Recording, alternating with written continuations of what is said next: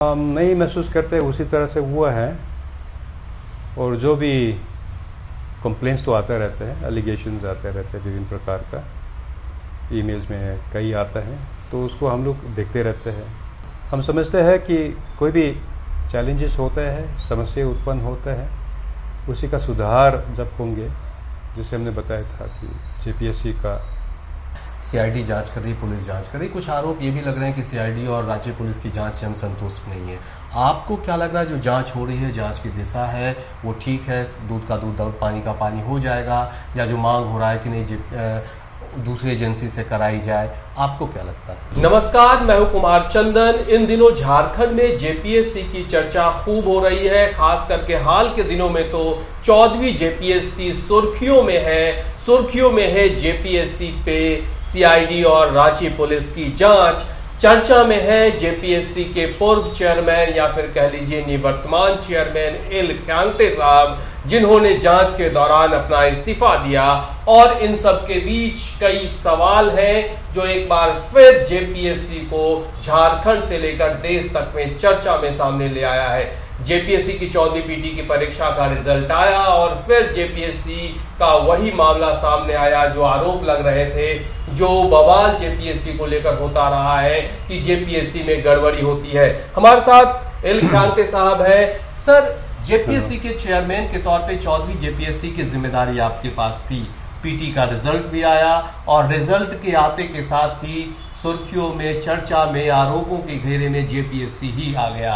आप जेपीएससी के चेयरमैन के तौर पे परीक्षा संपन्न करवा रहे थे, लेकिन जो आरोप लगे, सबसे पहले तो आप जेपीएससी के चेयरमैन से इस्तीफा देकर बाहर क्यों आ गए, जब वो संस्था जिसके पास जिम्मेदारी थी, वहां सीआईडी और रांची पुलिस की रेड चल रही थी?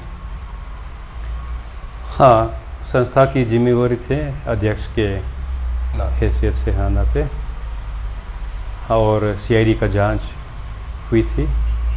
और संस्था का प्रमुख के होने के नाते हमारा समझ में ये आया था कि हमको अगर रहेंगे ही तो जो भी जांच होगा, निष्पक्ष जांच और ट्रांसपेरेंट जांच, फेयर जांच नहीं हो पाएगा। और जो लोग इस जांच की मांग कर रहे हैं, जो देख रहे हैं भी नहीं देखेंगे कि वो फेयर हो रहे हैं। तो इसलिए मैंने अपना इस्तीफ़ा दे दिया कि मेरा इस्तीफ़ा से सही जांच, फ्री एंड फेयर, ट्रांसपेरेंट जांच हो सकेगा।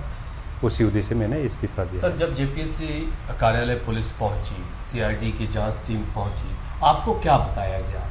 क्या लगा आपको? जिस संस्था की जिम्मेदारी प्रशासनिक व्यवस्था को सुदृढ़ करना, या फिर यूं कहें जिस संस्था की जिम्मेदारी प्रशासन के लोगों को तैयार करना है, उसी संस्था पे पुलिस की रेड पड़ रही है सीआईडी की, आपको क्या बताया गया?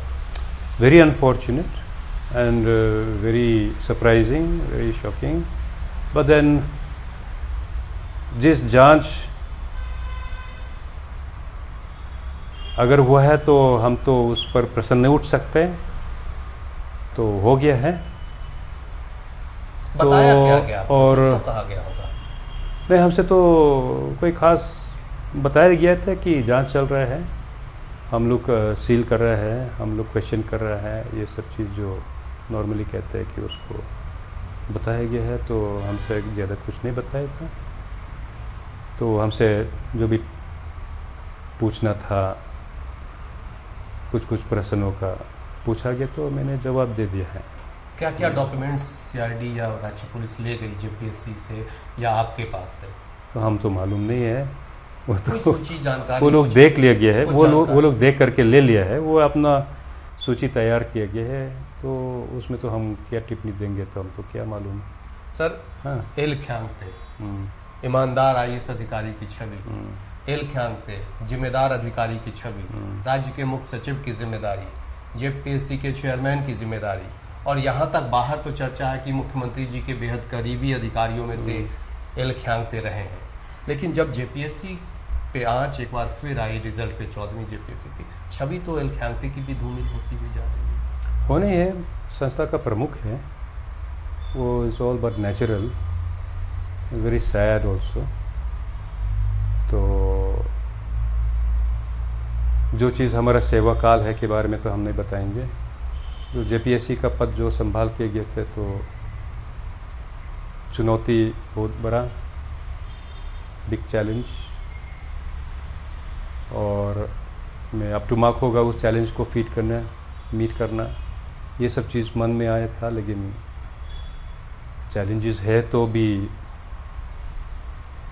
ये मन में कोशिश है कि जितना भी गड़बड़ी हुई है क्या सर? जितना भी आयोग में रिफॉर्म करने का ज़रूरी है, मन में है कि इस तरह से रिफॉर्म करेंगे तो झारखंड के जितना भी यूथ है के लिए अच्छा जेपीएससी बन जाएगा। ये सब चीज़ हो करके तब हमने चैलेंज को एक्सेप्ट किया गया है। और जैसे बताया था कि काफ़ी कठिनाई को सामने करना पड़ा था शुरुआत में, लेकिन धीरे धीरे एग्जामिनेशंस भी, रिजल्ट्स भी आने शुरू किए गए थे। I was very happy. Candidates are giving exams, recommendation is going to the government. लेकिन कुछ रिफॉर्म्स हमने इनिशिएट किए गए थे, और इसी बीच में यही हुआ है, वेरी अनफॉर्चुनेट। बट देन हम समझते हैं कि हुआ है तो आवश्यक हुआ होंगे। इसमें जो भी इन्वेस्टिगेशन होगा, हमारा ये सोच है कि फ्री एंड फेयर इन्वेस्टिगेशन क्योंकि होगा। आप राज्य में मुख्य सचिव के अधिकारी के तौर पे भी ये जरूर सुनते रहे थे, जेपीएससी को लेकर जो आरोप लगते थे, जो शोर शराबा शिकायतें आती थी, आप मुख्य सचिव थे तब आप तक बातें पहुंचती होगी। आज उस जेपीएससी में आप बैठे हुए थे और फिर वही बातें आई कि 14वीं जेपीएससी में गड़बड़ी हुई है, आरोप लगा। आप खुद वहां से इस्तीफा देकर अलग आ गए, कहना है कि भाई निष्पक्ष जांच हो, इसीलिए आप आ गए। क्या गड़बड़ी जेपीएससी में होती रही है या जेपीएससी में इसी तरह से चलता रहेगा? आपको क्या लगता है? नहीं, सभी ऑर्गेनाइजेशंस का हमेशा स्कोप ऑफ इम्प्रूवमेंट है। ठीक है, कुछ गलतियां होंगे, प्रक्रियात्मक गलती होंगे, निर्णय से संबंधित गलती भी हो सकता है कोई भी ऑर्गेनाइजेशन में, तो उसको सुधार करने का हमेशा इवॉल्व होने का, बेटर अवतार में इवॉल्व होने का हमेशा ये तो डायनामिक्स ऑफ एन ऑर्गेनाइजेशन होता है। तो हम समझते हैं कि हर एक चैलेंजेस को ओवरकम करते हुए और बेहतर रूप से जेपीएससी तो होता रहेगा। जेपीएससी में जो शिकायतें आई, जो आरोप लगे, जो जांच हुई, जिस तरह से अभी भी जांच की प्रक्रिया, कई लोगों की गिरफ्तारी हुई है, आप जब वहाँ थे कुछ शिकायतें आती थी जब चेयरमैन के तौर पे कि यहाँ गड़बड़ी हो रही है, कुछ बातें पहुँच पाती थी या एक गैप होता है जो चेयरमैन और बाहर के बीच, वो बातें नहीं पहुँच पाती है और इस तरह से सही इनपुट भी नहीं मिल पाता है जेपीएससी चेयरमैन को? नहीं महसूस करते उसी तरह से हुआ है।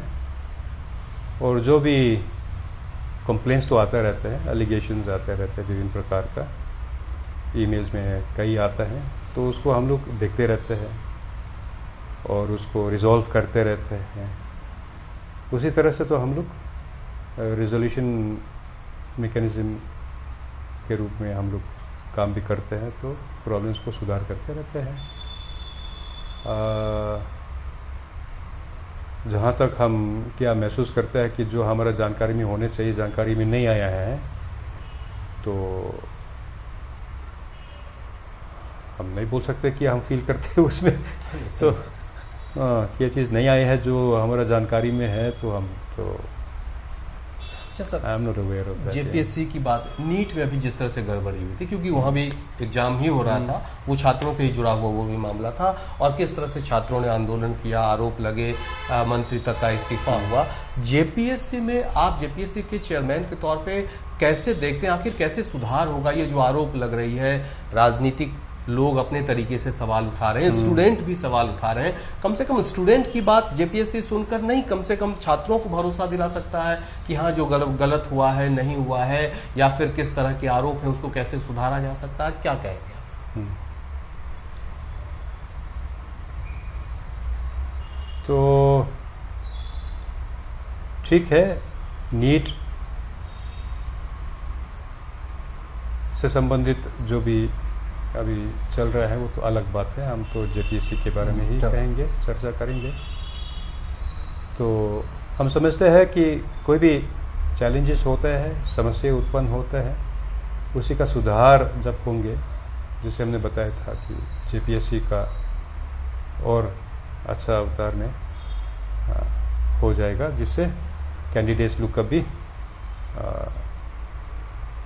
कैंडिडेट्स लोग के लिए भी ये कंपटीशन का जो प्रोसेसेस है फ्री, फेयर एंड ट्रांसपेरेंट होते जाएगा, और उनके द्वारा कमीशन का भी जो इंटीग्रिटी है और ऊंचा होता रहेगा और कॉन्फिडेंस भी रहेगा। सर, आप तो चूंकि उस जेपीएससी के चेयरमैन रहे हैं, सीआईडी जांच कर रही, पुलिस जांच कर रही, कुछ आरोप ये भी लग रहे हैं कि सीआईडी और राज्य पुलिस की जांच से हम संतुष्ट नहीं है। आपको क्या लग रहा है, जो जांच हो रही है, जांच की दिशा है, वो ठीक है, दूध का दूध पानी का पानी हो जाएगा, या जो मांग हो रहा है कि नहीं दूसरी एजेंसी से कराई जाए, आपको क्या लगता है? उस बिंदु पर तो मेरा टिप्पणी करना वो सही नहीं होगा। तो जो जांच प्रक्रिया है, मेरा वही कहना है कि सही से जांच हो और निष्पक्ष तरीके से जांच हो। जो भी निष्कर्ष है, हम समझते हैं कि वो आगामी अवधि के लिए, जेपीएससी के लिए और जो कैंडिडेट्स के लिए सही रिजल्ट्स निकले। मेंस होल्ड है अभी, छात्रों से जेपीएससी के निवर्तमान चेयरमैन कह लें, पूर्व चेयरमैन के तौर पे क्या कहेंगे? क्योंकि संस्था पे जांच चल रही है, इन सब के बीच जो परीक्षाएं थी उसको होल्ड कर दिया गया है। कैंडिडेट से हमारा यही मैसेज है कि ये जो जेपीएससी का जो प्रक्रिया है, जो एग्जामिनेशन का जो इंटीग्रिटी, प्रोसेस इंटीग्रिटी है, इसमें डाउट नहीं रखना चाहिए। ठीक है, ऑर्गेनाइजेशंस में कुछ कमियां अगर होता है तो वो सुधार होते रहते हैं, but by and large I am quite sure that in the coming future JPSC will get better and better. 14वीं जेपीएससी में गड़बड़ी हुई है sir? That is for the investigation agency to find out. As a head of an organization, I did my best to ensure that it is free and fair, and to that extent I believe that it is absolutely free and fair. That is my belief. Now investigation हो रहा है and let them do their work. फिलहाल क्या महसूस कर रहे हैं? अभी जिस तरह से खबरें सुनते होंगे जेपीएससी को लेके, आरोप सुनते होंगे, और आप जेपीएससी के चेयरमैन से रिज़ाइन करने के बाद अपने घर में हैं, क्या सोचते हैं पूरे प्रोसेस को लेके? क्या सोचते हैं मने? तो क्या मन में लग रहा है, जांच के बाद सब कुछ साफ हो जाएगी, एक ईमानदार अधिकारी की जो छवि आपकी रही है वो वापस लौटेगी? ये जो सोच है कि कुछ रिफॉर्म मेजर्स और कुछ इम्प्रूवमेंट मैंने जो शुरुआत किया गया है वो ख़त्म नहीं कर पाए हैं, जिससे मेरा सोच में है कि अगर हो जाता तो भविष्य में जेपीएससी का बहुत प्रोफेशनल तरीक़ा से काम हो सकेगा, निष्पक्ष रूप से हो सकेगा और प्रोसेस इंटीग्रिटी बरकरार रहेगा। वो प्रोसेस मैंने जो अपने आप को जो टारगेट लक्ष्य दिया गया वो ख़त्म नहीं कर पाया। That is my regret that I cannot complete that job. तो एलख्यांते साहब जेपीएससी के निवर्तमान चेयरमैन कह लें, पूर्व चेयरमैन कह लें, और 14वीं जेपीएससी की परीक्षा के रिजल्ट सवालों में है, सीआईडी की जांच चल रही है, रांची पुलिस की जांच चल रही है, और इन्होंने इन सब के बीच खुलकर अपने बातें रखी, और इनका ये कहना है कि जब जांच हो रही है तो जांच में ये सहयोग भी करेंगे और तस्वीर साफ हो जाएगी। फिलहाल मुझे देखिए इजाज़त, और आप देखते रहिए जी न्यूज़।